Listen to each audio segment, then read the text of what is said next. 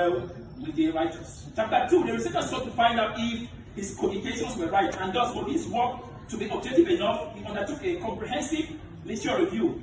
This round was in two forms, the biblical and the contemporary perspective on the subject matter.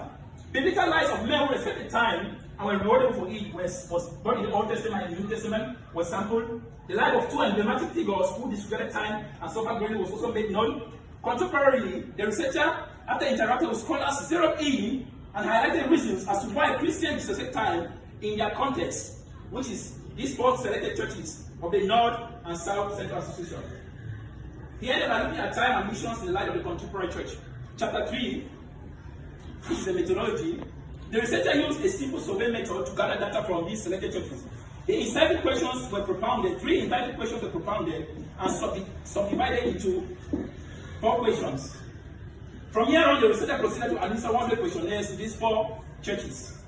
Interestingly, during his population survey, the researcher realized that Kumba is the economic capital of the Southwest region, a very busy city.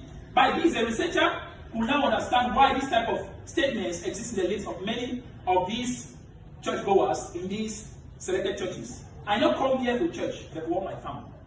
I not come here for church, therefore do my business. I come here, therefore come find my money, in quotes. Chapter 4, which saw the data that was collected and presented. Now, the researcher is most pleased and thrilled to present to you his findings. However, the researcher will not belabor much on many reasons as to why there is much apathy towards punctuality and time management among Christians in these 4 selected churches of the Kumba North and Central Association. They will rather zero in on key points he found to be bedrocks or root causes triggering an incessant disrespect of time. Key finding number 1. The researcher found out that perpetual lateness and alarming disrespect of time points to the fact that the church is not futuristic, and also that the church is not quite in tandem with the spirit of prophecy. The researcher posits that the alarming disrespect of time in Christendom is an indictment which frowns at the notion and the truth that Jesus is coming quickly. This goes to show that many are oblivious to the truth that we are living in the last second of the last minute of the last hour of the last day. Even so, the 87% of the Christians agree that teachings on Jesus' second and imminent coming will make them wise-hearted and redeemers of time.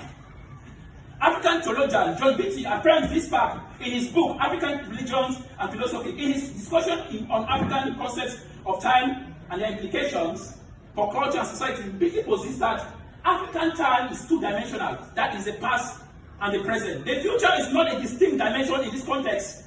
By default, then, Africans glory much in the past and rejoice more in the present and are often oblivious to the future. This was not the case with the father of faith, aka Papa Abraham, of whom Jesus, the I am bore witness of in John 5:56. In John 8:56, your father Abraham rejoiced to see my day, and he saw it and was glad. This same orientation of Abraham's mindset is captured in Hebrews chapter 11, verse 10. For he looked for a city which had foundations, whose builder and maker, yes sir, whose builder and maker is God. The researcher never posits that only those who are futuristic are most stringent with time.